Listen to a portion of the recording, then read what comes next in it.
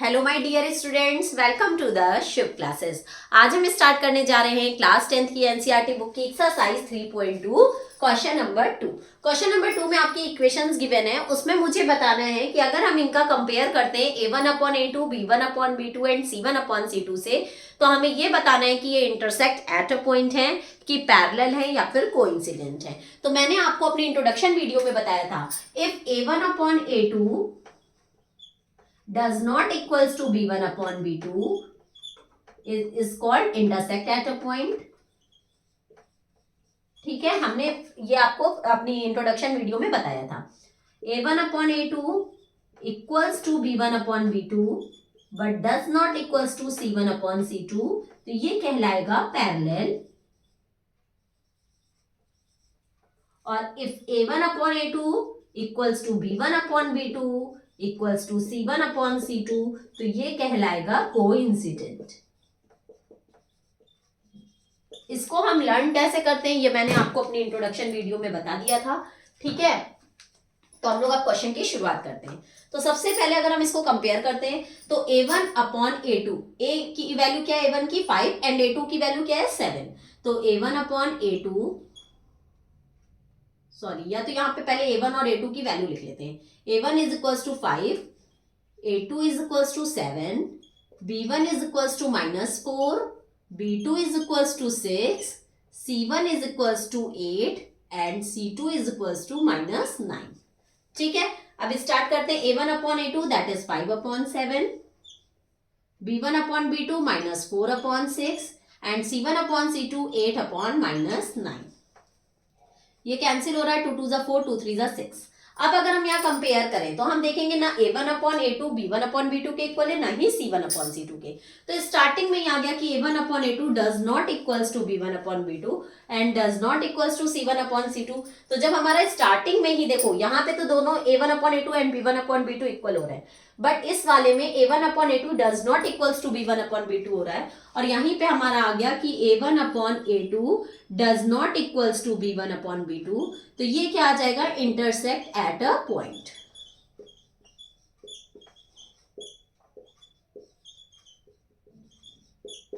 Okay, तो ये तो हो गया आपका फर्स्ट पार्ट। अब इसके सेकंड पार्ट में आएंगे तो a1/a2 that is 9/18, b1/b2 that is 3/6 and c1/c2 that is 12/24। 9 1 = 9, 9 2 = 18, 3 1 = 3, 3 2 = 6, 12 1 = 12, 12 2 = 24। देखो यहाँ पे भी 1/2, यहाँ पे भी 1/2 एंड यहाँ पे भी 1/2। दैट मीन्स तीनों एक दूसरे के इक्वल है। जब तीनों एक दूसरे के इक्वल आएंगे तो क्या होगा, कोइंसिडेंस। ठीक है, a1/a2 equals to b1/b2 equals to c1/c2, तो ये क्या हो जाएगा, कोइंसिडेंट। ओके, तो ये हो गया आपका सेकेंड पार्ट क्वेश्चन नंबर 2 का। Now let's move on our third part. a1/a2 that is 6/2, b1/b2 that is -3/-1, c1/c2 that is 10/9। यहां से माइनस माइनस कैंसिल, 2 1 = 2, 2 3 = 6, ये कैंसिल नहीं हो रहा किसी भी टेबल से। तो यहाँ भी 3/1, यहाँ भी 3/1, बट यहाँ पे 10/9। तो यहाँ a1/a2 b1/b2 के तो इक्वल है, बट c1/c2 के इक्वल नहीं है। तो ये हमारी कौन सी कंडीशन हो गई, पैरेलल। ठीक है, तो हम यहाँ क्या लिख लेंगे, a1/a2 equals to b1/b2 but does not equals to c1/c2। तो ये किस में चला जाएगा, पैरेलल। ओके, ये था आपका question number 2। Now let's move on our next part that is question number 3। In question number 3 it is given that कि अगर हम a1/a2 b1/b2 एंड c1/c2 का कंपेयर करते हैं तो मुझे बताना है कि ये पेयर ऑफ लीनियर इक्वेशंस जो हमारी गिवन है ये कंसिस्टेंट है या इनकंसिस्टेंट है। तो कंसिस्टेंट और इनकंसिस्टेंट हम कैसे निकालते हैं, जिनका सोल्यूशन होता है वो कंसिस्टेंट और जिनका सोल्यूशन नहीं होता है वो इनकंसिस्टेंट। तो इंटरसेक्ट एंड कोइंसिडेंट इनका सोल्यूशन होता है, इन दोनों का सोल्यूशन होगा इसलिए ये कंसिस्टेंट होंगी, पैरेलल का सोल्यूशन नहीं होता इसलिए ये इनकंसिस्टेंट होंगे। ठीक है, कैसे इनका सोल्यूशन होता है कैसे सोल्यूशन नहीं होता है ये सब हम अपनी इंट्रोडक्शन वीडियो में आपको बता चुके हैं। अगर आपने इंट्रोडक्शन वीडियो नहीं देखा है तो सबसे पहले उसको जरूर देख लीजिएगा, तो आपको ये क्वेश्चंस बहुत आसानी से समझ में आएंगे। So let's start our question number 3. The first part is, सबसे पहले हमें ये निकालना होगा कि इंटरसेक्ट कोइंसिडेंट और पैरेलल है या नहीं है, तभी हम जान पाएंगे कि सॉल्यूशन है या नहीं है।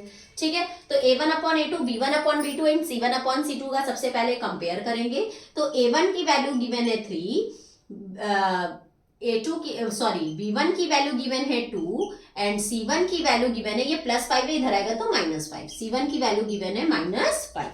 इसी तरीके से a2 की वैल्यू गिवन है 2, b2 की वैल्यू गिवन है -3 एंड c2 की वैल्यू गिवन है, ये +7 इस साइड आएगा तो -7। ओके, अब कंपेयर करते हैं a1/a2 that is 3/2, b1/b2 that is 2/-3 and c1/c2 that is -5/-7। Minus cancel. इसमें ना a1/a2 b1/b2 के इक्वल है, ना ही c1/c2 के इक्वल है, कोई भी तीनों में इक्वल नहीं है। तो जब स्टार्टिंग में ही पता चल गया कि इक्वल नहीं है, तो if a1/a2 does not equals to b1/b2 then it is called the intersecting at a point। और अगर इंटरसेक्ट एट अ पॉइंट है तो इनका एक यूनिक सॉल्यूशन होता है। अगर इंटरसेक्ट एट अ पॉइंट है तो उनका यूनिक सॉल्यूशन होता है, और यूनिक सॉल्यूशन है, सॉल्यूशन तो है ना, तो सॉल्यूशन है तो वो क्या होंगे, consistent, consistent with unique solution.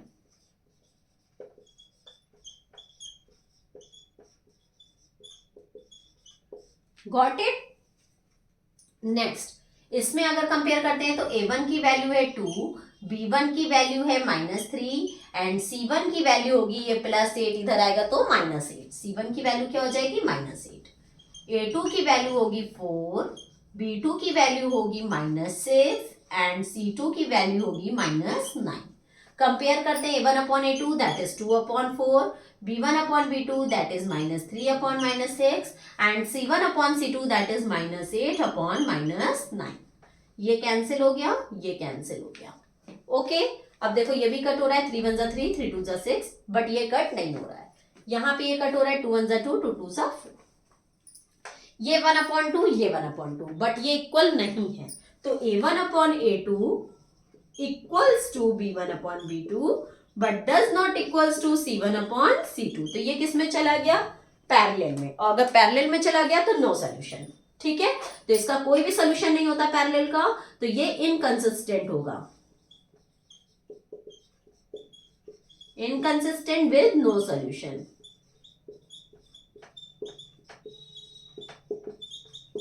Okay, जिसका सोल्यूशन नहीं होगा वो इनकंसिस्टेंट, जिसका सोल्यूशन होगा वो कंसिस्टेंट।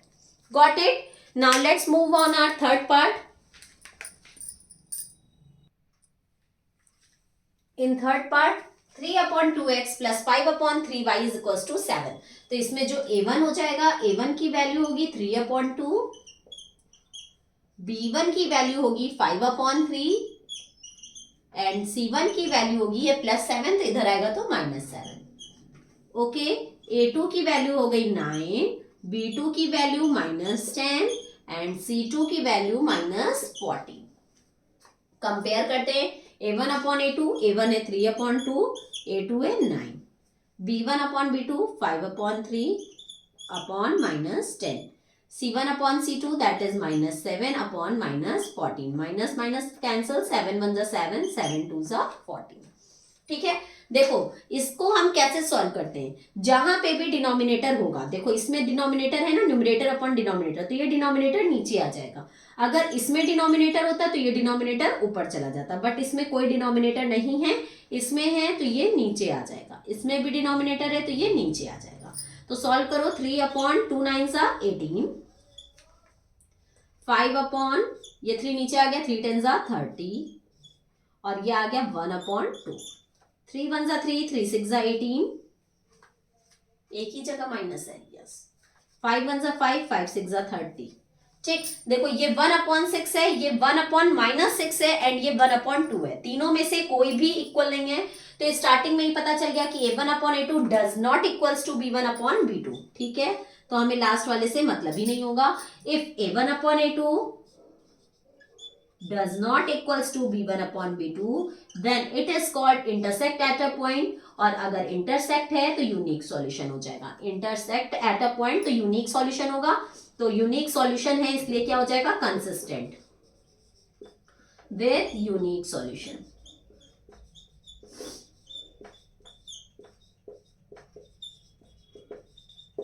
ओके, नेक्स्ट पार्ट पे आते हैं। इसमें a1 की जो वैल्यू है वो है 5, b1 की वैल्यू है -3 एंड c1 की वैल्यू होगी -11, a2 की वैल्यू होगी -10, b2 की वैल्यू होगी 6 एंड c2 की वैल्यू होगी -22 है, साइड आएगा तो +22। ओके, अब स्टार्ट करते हैं सॉल्व करना। a1/a2 that is 5/-10, b1/b2 that is -3/6, c1/c2 that is -11/22. 5 1s are 5, 5 2s are 10, 3 1s are 3, 3 2s are 6, 11 1s are 11, 11 2s are 22।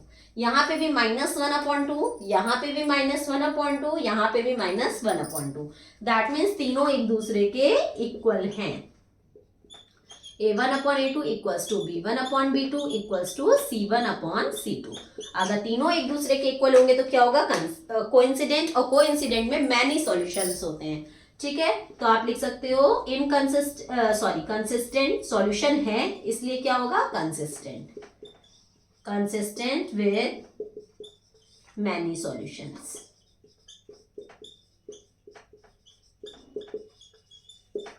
Got it? Any problem?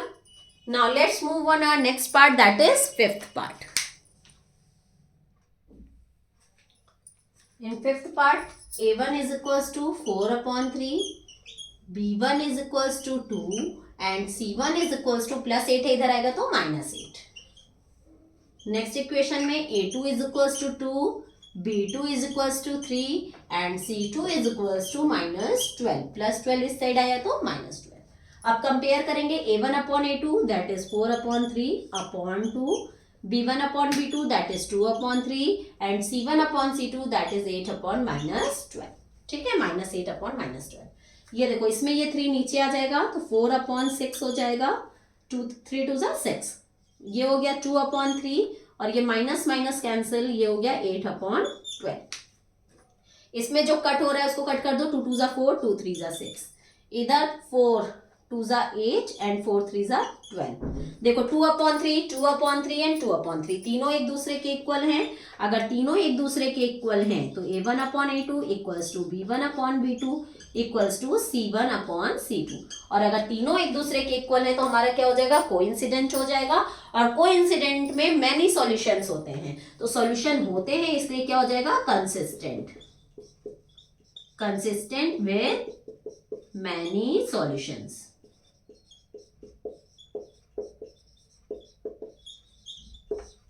Okay, यहीं पे आपका क्वेश्चन नंबर 3 खत्म होता है। अगर आपको कोई भी डाउट है तो आप कमेंट सेक्शन में जाके मुझसे अपने डाउट्स क्लियर कर सकते हैं। साथ ही साथ नीचे डिस्क्रिप्शन बॉक्स में एक लिंक गिवन है, वहां से प्ले स्टोर पे शुभ क्लासेस ऐप इंस्टॉल करके आप मेरी लाइव क्लासेस भी ले सकते हैं। ठीक है, अगर आपने मेरे चैनल को अभी तक सब्सक्राइब नहीं किया है तो प्लीज सब्सक्राइब करना मत भूलिएगा, और साथ ही साथ लाइक एंड शेयर करना भी मत भूलिएगा। अब हम लोग अपनी नेक्स्ट वीडियो में आगे के क्वेश्चंस के साथ मिलते हैं, तब तक के लिए goodbye and take care.